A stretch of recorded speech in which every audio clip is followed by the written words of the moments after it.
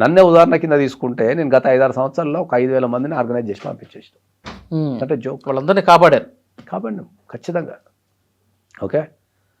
ఒక అంత హ్యూగ్ ఒక 5,000 మందిని మనం కాపాడగలిగేంత ఒక 3-4 సంవత్సరాల్లో ఒక 5,000 మందిని మనం కాపాడగలిగినాం రాష్ట్ర వ్యాప్తంగా, తెలంగాణ అండ్ ఆంధ్రప్రదేశ్లో ఆర్గనైజ్ చేయగలిగాం అందరినీ. గ్రేట్.